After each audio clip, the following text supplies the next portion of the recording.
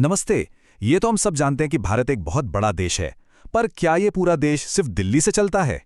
नहीं, असली पावर, असली ताकत तो छिपी है हमारे लाखों गांवों में। आज हम लोकतंत्र की इन्हीं जड़ों को, यानी गांवों की सरकार को समझने वाले हैं। और हाँ, ये जानना न सिर्फ एग्जाम्स के लिए जरूरी है, बल्कि एक जिम्मेदार नागरिक बनने के लिए भी बहुत काम आएगा। देखिए, भारत में ना 6 लाख से भी ज्यादा गांव हैं। मतलब देश की 2/3 आबादी यहीं रहती है। आप सोच सकते हैं, यहाँ की जिंदगी, खेती-बाड़ी, पशुपालन, सब कुछ एक दूसरे से जुड़ा हुआ है। एक मजबूत कम्युनिटी वाली फीलिंग होती है। पर इस साधे के पीछे ना कुछ बड़ी चुनौतियां भी होती हैं। अब जरा सोचिए, मान लीजिए गांव की कोई सड़क टूट गई या स्कूल की छत टपक रही है, तो गांव वाले अपनी ये प्रॉब्लम लेकर कहाँ जाएंगे? क्या हर छोटी मोटी चीज के लिए सीधे राजधानी जाएंगे? नहीं, ये तो मुमकिन ही नहीं है ना। तो फिर इसका जवाब क्या है? जवाब छिपा है एक पूरे सिस्टम में। तो चलिए इस सिस्टम को एक एक करके समझते हैं। हम बात करेंगे गांव की अपनी सरकार की, फिर देखेंगे पंचायत के 3 लेवल कौन से हैं, ग्राम सभा का रोल क्या है, और कुछ कमाल के सरपंचों की कहानियां भी सुनेंगे। और आखिर में देखेंगे कि हमारी अगली पीढ़ी इस लोकतंत्र को कैसे आगे बढ़ा रही है। तो वापस आते हैं उसी सवाल पे, गांव वाले अपनी दिक्कतें लेके कहां जाएं? जवाब जानते हैं क्या है? बहुत सिंपल लेकिन बहुत पावरफुल। उन्हें कहीं जाने की जरूरत ही नहीं है। क्यों? क्योंकि उनके पास अपनी खुद की सरकार है। हाँ, इसी सिस्टम को कहते हैं पंचायती राज, मतलब सेल्फ गवर्नेंस, अपना शासन खुद चलाना। इसका सीधा सा मकसद है कि सरकार लोगों के दरवाजे तक पहुंचे, ताकि जो लोकल परेशानियां हैं उनका हल भी लोकल लेवल पर ही निकल सके और गांव के लोग विकास के कामों में सीधे हिस्सा ले सकें। अच्छा, तो ये पंचायती राज सिस्टम जो है, ये एक पिरामिड की तरह है। इसके 3 मेन लेवल्स होते हैं। पिरामिड की नींव में, यानी सबसे नीचे है ग्राम पंचायत, जो सीधे गांव के लिए काम करती है। फिर उसके ऊपर ब्लॉक लेवल पर आती है पंचायत समिति, और पिरामिड के टॉप पर, यानी जिला लेवल पर होती है जिला परिषद। ये तीनों मिलकर ही गांव के जरूरी मुद्दे जैसे खेती, सड़क, स्कूल, हेल्थ, इन सब पर काम करते हैं। लेकिन इस पूरे सिस्टम की असली पावर, असली ताकत कहाँ छिपी है? वो है इसकी नींव में, मतलब गांव के लोगों में। और यहीं पर ग्राम सभा का रोल सबसे ज्यादा इंपॉर्टेंट हो जाता है। ये तस्वीर देखिए जरा। यहां गांव के सारे लोग एक साथ बैठे हैं, बातें कर रहे हैं, चर्चा कर रहे हैं। बस यही है ग्राम सभा। ये कोई चुनी हुई कमेटी नहीं है, ये तो पूरे गांव की सभा है। तो ये ग्राम सभा आखिर है क्या? सिंपल है। गांव का हर वो अडल्ट, चाहे वो महिला हो या पुरुष, जिसका नाम वोटर लिस्ट में है, वो इसका हिस्सा है। ये डेमोक्रेसी की सबसे बेसिक लेकिन सबसे पावरफुल यूनिट है। यहीं लोग अपनी परेशानियां बताते हैं, गांव में क्या काम होना है उस पर बात करते हैं, और अपनी ग्राम पंचायत को चुनते भी हैं।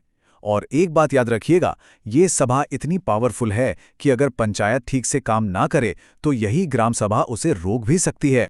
और जब लोग सही लीडर चुनते हैं ना, तो गांव की पूरी तस्वीर ही बदल जाती है। हमारे पास इसके कुछ बहुत ही शानदार उदाहरण हैं। चलिए मिलते हैं कुछ ऐसे ही सरपंचों से जिन्होंने अपने काम से एक मिसाल बना दी। पहली कहानी है वंदना बहादुर मेहता की। सोचिए, वो मध्य प्रदेश के एक गांव में भील समुदाय से आने वाली पहली महिला सरपंच बनी। ये अपने आप में एक बहुत बड़ी बात थी। पता है, उनके आने से पहले गांव की औरतें मीटिंग में आने तक से कतराती थीं, लेकिन वंदना जी ने उन्हें हिम्मत दी, उन्हें प्रेरित किया, और फिर उन्हीं महिलाओं के साथ मिलकर उन्होंने एजुकेशन और साफ सफाई जैसे जरूरी मुद्दों पर इतना काम किया कि पूरे देश में उनका नाम हो गया। उनकी कहानी बताती है कि गांव को बदलने में महिलाओं का कितना बड़ा हाथ हो सकता है। चलिए अब मिलते हैं पोपटराव पवार जी से। उनका गांव था हिवरे बाजार, महाराष्ट्र के अहमदनगर में। और ये गांव ना सूखे की मार झेल रहा था। हालत इतनी खराब थी कि खेतीबाड़ी लगभग बंद हो चुकी थी। जब वो सरपंच बने तो उन्होंने अन्ना हजारे के काम से प्रेरणा ली, और सॉल्यूशन क्या निकाला? बहुत सिंपल लेकिन जबरदस्त। जैसा कि इस तस्वीर में दिख रहा है, उन्होंने गांव वालों को साथ लिया और बारिश का पानी बचाने के लिए छोटे छोटे चेक डैम बनाए, पानी को बचाने पर जोर दिया और लाखों पेड़ भी लगाए। और नतीजा? अरे नतीजा कमाल का था। कुछ ही सालों में वो सूखा पड़ा गांव एक हरा भरा और खुशहाल गांव बन गया। उनके इसी जबरदस्त काम के लिए 2020 में उन्हें पद्मश्री से भी सम्मानित किया गया।